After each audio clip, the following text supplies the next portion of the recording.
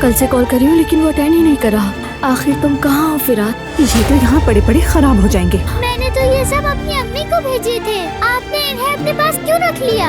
आप मुझे मेरी अम्मी से दूर क्यों कर रही हैं? सना के इलाज का क्या हुआ? हाँ, उस सिलसिले में आज जाना है डॉक्टर के पास। जिहान ने जो डॉक्टर ढूंढा है, मुझे उसके पास जाना चाहिए। आपके तलाक वाले मामले को लेकर परेशान हूँ मैं। आपकी नजरों से ही सब कुछ वाज़ेह हो जाता है। जब वो दिखती है तो उसकी नजरें सब कह देती हैं। जो दिल में है कह दे, इजहार करें जाकर, सब बताएं उसे। तुम्हारे लिए एक छोटा सा तोहफा है, उम्मीद है पसंद आएगा। बहुत हसीन है।